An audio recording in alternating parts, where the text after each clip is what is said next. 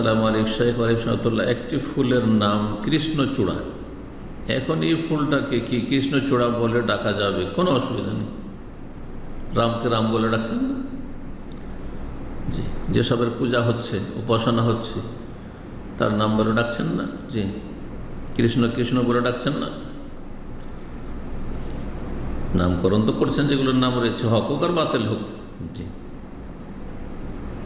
কারণ এই ফুলের নামের ক্ষেত্রে হিন্দুদের শিরকি বিশ্বাস আছে, মুসলিমদের অনেকের বিশ্বাস আছে মাজার সম্পর্কে। তো কি বলবেন?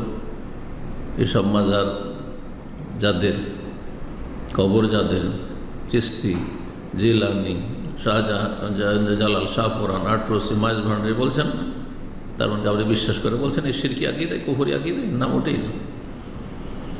ফুলের নাম বলতে কোনো অসুবিধা নেই। জি, তবে আপনাদের কাছে যদি এমন কোনো নাম থাকে যে উত্তম বিকল্প, তাহলে সেটা ভিন্ন বিষয়। আসসালামু আলাইকুম শাইখ আলিফুল্লাহ সাহেবুল্লাহ, ডিএক্সএন কোম্পানির নেটওয়ার্ক মার্কেটিংয়ে কাজ করা কি হালাল নাকি হারাম? না, হারাম।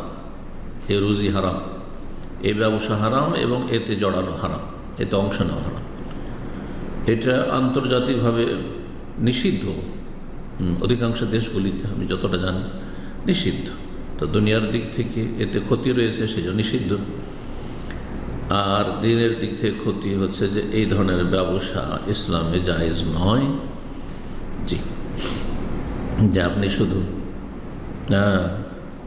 কিছু কাস্টমার তাতে লাগিয়ে দেবেন আর সেখান থেকে আপনি কমিশন বসে বসে খেতে থাকবেন, পেতে থাকবেন।